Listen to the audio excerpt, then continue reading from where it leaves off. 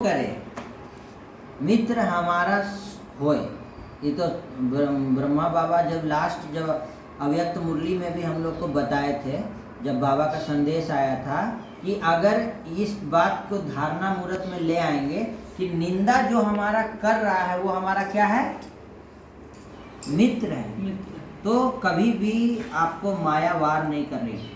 एक बार की बात है, कलकत्ता से निकलने वाली विश्वामित्र अखबार में बाबा के संबंध में लिखा था कि ये दादा पहले साइकिल का काम करता था और अभी स्वयं को भगवान कहने लगा है, आदि आदि। बाबा की लौकिक पुत्री निर्मल शांता कलकत्ता में ही रहती थी।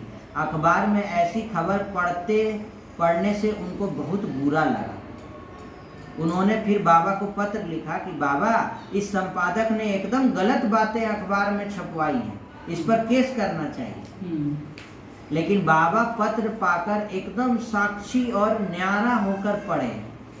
कैसे पढ़े, पत्र को कैसे पढ़ रहे हैं, देखिए बाबा एकदम साक्षी और न्यारा होकर पढ़े और प्रति उत्तर में पत्र लिखे कि बच्ची, आखिर बच्चा तो मेरा ही है ना, चाहे बाप को पहचाने या ना पहचाने, बच्चा किसका है, शिव बाबा का।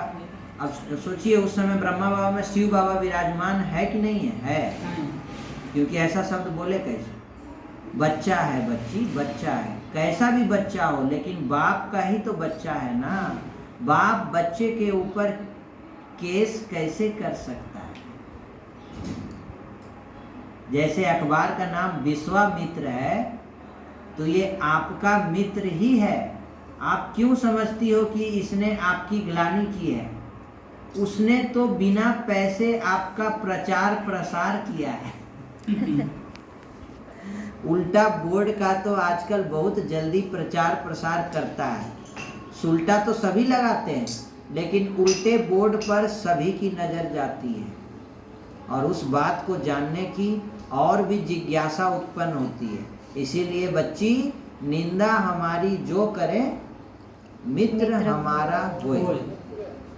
ये कहानी से छोटा सा अनुभव है, सच्चा घटना है। ब्रह्मा कुमारी में के बारे में गलत छाप दिया था तो बाबा एकदम साक्षी हो गए और एकदम बोले किसका बच्चा है। और सबसे बड़ा बात, सीधा बोर्ड तो सब लगाता है लेकिन जैसे आप उल्टा बोर्ड लगाएंगे तो सबका नज़र उस पर जाता है। ये तो और ही ज़्यादा प्रचार प्रसार कर दिया ब्रह्मा कुमारी का, है कि नहीं। तो बच्ची चिंता नहीं करो, वो आपका मित्र ही है। विश्वामित्र नाम भी है पत्र अखबार का।